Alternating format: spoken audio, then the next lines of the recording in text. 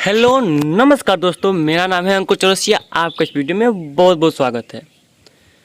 देखिए, सबसे पहली बात यह है कि जो सिस्टम यानी कि जब कभी भी, हालांकि आप लोग अगर नए हैं इस चैनल पे तो हम आपको बता दें कि बारिश वैसे ही नहीं होती हैं, यानी कि बादल बन गए वर्षा हो गई, ऐसी बिल्कुल नहीं होती है। इसके पीछे प्रकृति बड़ी मेहनत करती है, यानी कि जो हमारा नेचर है वो काफ़ी ज़्यादा इसके पीछे अपना एफर्ट देता है। उसके बाद इस तरह की कोई वर्षा देखने को मिलती है। इसमें हर चीज़ की मेजोरिटी होती है, यानी कि हर चीज़ का मिलन होता है, हर चीज़ की एकता होती है। उसके बाद ही इतनी अच्छी आपके यहाँ पर बारिश हो पाती है। तो सबसे पहली बात आपको बता दें कि देखिए, सबसे पहले आप लोग जान लीजिएगा कि एकता में बल होता है। आपको पता भी होगा, थोड़ा सा जानकारी देने का प्रयास कर रहे हैं, मौसम की थोड़ा सा नेचर के बारे में समझाने का प्रयास कर रहे हैं। आपको जानकारी अच्छी लगी तो एक बार कमेंट करिएगा, लाइक करना बिल्कुल मत भूलिएगा। तो देखिए, एकता में हर जगह बल होता है, एकता हर जगह दिखाई जाती है। और साथ साथ में जो बारिश हो या कुछ भी हो, प्रकृति देखिए बेवजह, अगर देखा जाए तो बेवजह हमारी हेल्प करती है। यानी कि उसके जो बादल होते हैं इतना मेहनत करते हैं, इतना सारा पानी ढोते हैं, अगर देखा जाए तो क्या उनकी कोई मतलब होता है हम लोग से? बिल्कुल नहीं होता है उनका। यानी कि एक बार अगर देखा जाए तो वो बादल जो है आए और ख़त्म हो जाते हैं, यानी कि बरस के अपना अस्तित्व खो देते हैं, यानी कि मर जाते हैं कह सकते हैं हम लोग। यानी कि अपना जान देकर के हम लोग को रक्षा करते हैं, हम लोग को जो है पानी देते हैं। कितनी अच्छी बात है, यानी कि बिना मतलब किसी का, यानी कि कोई भी देखो इस दुनिया में किसी भी इंसान को बिना मतलब लोग कहते हैं ना कि सभी लोग मतलबी हैं।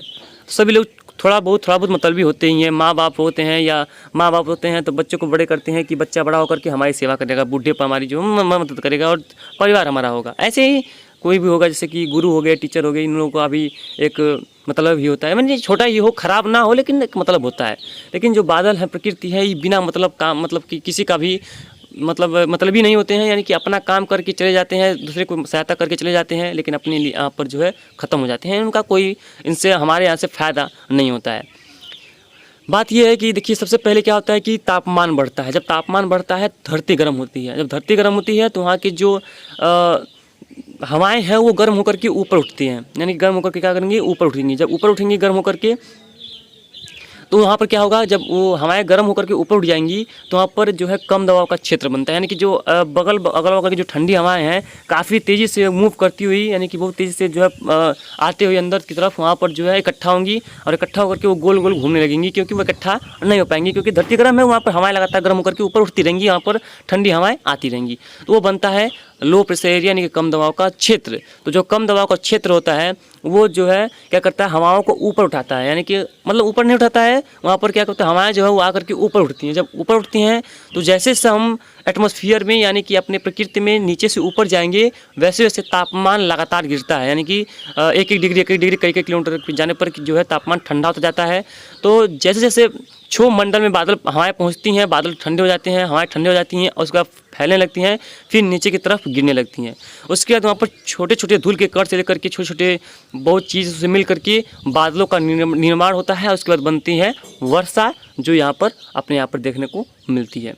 यानी कि लगातार हवाएं उठती हैं, लगातार बादल बनते हैं, लगातार बारिश होती है, लगातार ख़त्म होती रहती हैं। तो देखिए, ये रहा आपका मेन पॉइंट, यानी कि मेन बात यहाँ पर से निकल के आ रही है सामने कि बादल कैसे बनते हैं। इसी तरह से बनते हैं। एक हमने उदाहरण दिया कि प्रकृति कई फैक्टर से मिलकर के बादलों को बनाती है और वर्षा देती है। मानसून ट्रफ होती है, वह भी एक, हालांकि अब तो डिस्पेयर हो चुकी है, मानसून ट्रफ खत्म हो चुकी है, मानसून वापसी शुरू हो गया है। तो जो मानसून ट्रफ है उससे अगर बात करेंगे तो वो भी एक पट्टी होती है, गहरे निम्न दबाव का क्षेत्र होता है। वो एक प्रकार से 30 किलोमीटर उनका जो रेंज होता है, उसके अगल बगल हवाएं ऊपर उठती हैं और यहाँ पर कई इलाकों में जो है वर्षा देखने को मिलती है। कुछ इलाकों में काफ़ी मूसलाधार बारिश भी देखने को इस हिसाब से मिलती है। चलिए, ज़्यादा लेट ना करते हुए देखते हैं कि किस तरह का जो सिस्टम मौसमी परिदृश्य है वो क्या देखने को मिल रहा है। देखेंगे जो सर्कुलेशन है वो ये, हालांकि अभी ये LPA के रूप में है, लो प्रेशर एरिया के रूप में है। देखिए, ये पूर्वी भागों की तरफ बढ़ रहा है और धीरे धीरे ये बांग्लादेश होता हुआ ये पूर्वी राज्यों की तरफ बढ़ जाएगा। आप कल ही यहाँ पर जो है बहुत तेज़ मूव करता हुआ 5-6 तारीख के आसपास ये बांग्लादेश के यानी कि यहाँ पर जो ये इन क्षेत्रों में वर्षा गतिविधियों को बढ़ाएगा।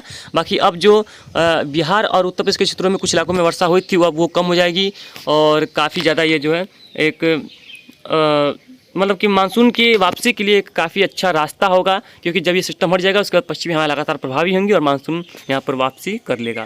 देखिए 6 तारीख के आसपास तो देखिए सिस्टम जो है वहाँ पर पहुँच चुका है। बांग्लादेश की तरफ जैसे कि हमने पहले बताया 7 के आसपास देखेंगे, 8 के आसपास देखेंगे तो ये खेला खत्म हो जाएगा। और देखेंगे तो ये देखिए पश्चिमी हवाएं जो है, जैसे कि हमने पहले बताया, जो पश्चिमी हवाएं हैं वो लगातार यहाँ से जो है वो शुष्क हो और लगातार वो जो है गर्म, यहाँ पर शुष्क गर्म यहाँ पर जो हवाएं वो लगातार चल रही हैं। यानी कि यहाँ पर जो है मतलब कि हवाओं का जो इंटेंसिटी है, जो हवाएं की जो गतिविधियाँ हैं वो देखने को मिल रही है। लेकिन 10 तारीख के आसपास देखेंगे तो जो सिस्टम का प्रभाव लगभग कहीं पर भी देखने को नहीं मिल रहा है। 12 के आसपास भी कोई सिस्टम का प्रभाव नहीं है। 13 के आसपास भी देखिए कोई भी सिस्टम का प्रभाव दिखाई नहीं दे रहा है। और ये देखिए एक साइक्लोन, काफ़ी एक प्रभावी साइक्लोन यहाँ पर लगातार कई दिनों से दिखाई पड़ रहा है। ये साइक्लोन देख पाएंगे, पता नहीं ये कब तक जो है लैंडफॉल करेगा, लेकिन ये साइक्लोन बनने वाला तो है, ये बनेगा ही। तो जैसे कि जानते हैं आपको डे टू जो है वो बढ़ता रहता है और दोबारा यानी कि दिखाई पड़ रहा है कि देखिए अंदर जाएगा, फिर तटों के आसपास, फिर पूरब की तरफ नीचे आएगा, फिर आएगा और आएगा और फिर नीचे आएगा, खत्म हो जाएगा, फिर से बन जाएगा। यानी कि दोबारा दूसरा आएगा। देखिए एक लैंडफॉल किया, दूसरा फिर से यहाँ पर देखिए उत्पन्न हो गया। तो भाई ये रहा आपका जो है ECMWF का संकेत। तो चलिए देखते हैं कि GFS क्या कहता है इसके मामले में। तो देखिए GFS है, ये देखिए साइक्लोन बना हुआ है भाई। इसमें दिखा रखा है खतरनाक कतई जहर है। देखिए आपको दिखाई पड़ रहा होगा इसमें, यहाँ पर स्थितियाँ काफ़ी जो है कमज़ोर बनी हुई हैं, यानी कि काफ़ी जो है भयावह स्थिति देखिए बनी हुई है साइक्लोन की। ये देख पा रहे भाई, इधर देखिए, इधर जा रहे थे हम लोग। साइक्लोन क्या है भाई ज़बरदस्त सुपर साइक्लोन बन गया। देखिए इधर तो काफ़ी ज़्यादा मजबूत है, मतलब कि बहुत ज़्यादा यहाँ पर साइक्लोन बने हुए हैं। बाकी इधर देखेंगे हम लोग तो इधर हम लोग तो भाई अपना इलाका तो इधर ही है। तो इसमें देखेंगे कि देखिए यहाँ पर एक भारत है, ये जो है साइक्लोन बना हुआ है। यहाँ पर भी आज का जो ट्रैक है वो पहले इस तरह से देखोगे, यहाँ पर जो इसका ट्रैक होने वाला है वो होने वाला है यहाँ से लेकर के ऐसे, फिर यहाँ से लेकर के फिर ऐसे, या फिर इस तरह से जो मेरे इस तरह से इसका ट्रैक होने वाला है। और आगे बढ़ते देखेंगे 5 तारीख के आसपास देखेंगे तो सिस्टम देखिए उत्तर की तरफ यानी कि लैंडफॉल कर रहा है। देखिए वहाँ पर 8 तारीख के आसपास देखेंगे तो यही दोबारा इसमें दिखाई पड़ रहा है कि दोबारा यही जो है वो प्रभावी होने वाला है सिस्टम। और देखिए यहाँ पर हमारे भारत की तरफ देखेंगे तो जो एंटी साइक्लोन है वो काफ़ी ज़्यादा देखिए प्रभावी हो चुका है और यहाँ पर लगातार हवाओं को जो है पुश कर रहा है, जो कि काफ़ी ज़्यादा एक अच्छी खबर है। और देखिए यहाँ पर बंगाल खाड़ी में देखिए दिखाई पड़ रहा है कि एक सिस्टम जो है दिखाई पड़ रहा है, हालांकि वो कम दबाव का क्षेत्र होगा। भाई ये क्या है भाई, ये क्या चीज़ है? ये साइक्लोन ही है क्या? सुपर साइक्लोन भाई इसके आगे भाई फेल है। अगर ऐसा होता है तो भाई देखिए सुपर साइक्लोन भी इसके आगे फेल है। भाई यार क्या बात है, सुपर साइक्लोन क्या भारत की ओर बढ़ रहा है? नहीं, देखिए सुपर साइक्लोन ये भारत की ओर नहीं बढ़ रहा है, इसकी भारत की ओर आने की चांसेस तो नहीं है। लेकिन ये जब आएगा तो उसका जो रेमिनेंट है यानी कि जो उसका बचा हुआ भाग है वो ज़रूर भारत की तरफ आ सकता है। भाई एक काफ़ी अच्छी गुड न्यूज़ है भारत के लिए, क्योंकि यहाँ पर बंगाल खाड़ी में फ्रेश करेगा तो बस यही है साइक्लोन ना बने, बाकी क्षेत्रों पर वर्षा दे जाए। लेकिन ये जहाँ पर लैंडफॉल करेगा भाई वहाँ की स्थिति क्या होगी आप देख पा रहे। इसको फिर दिखाते हैं भाई। देखिए आप मतलब कि क्या ही कत्ते जा भाई, सुपर साइक्लोन तो है ही, मान नहीं सकते हैं इसको।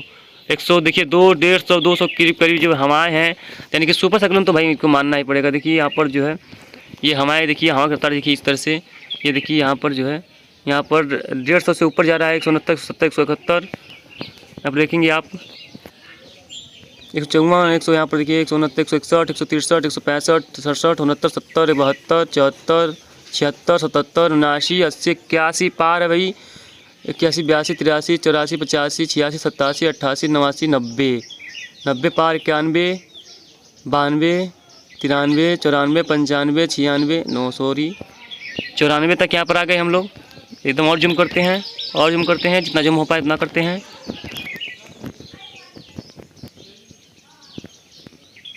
ये देखिए 89 90,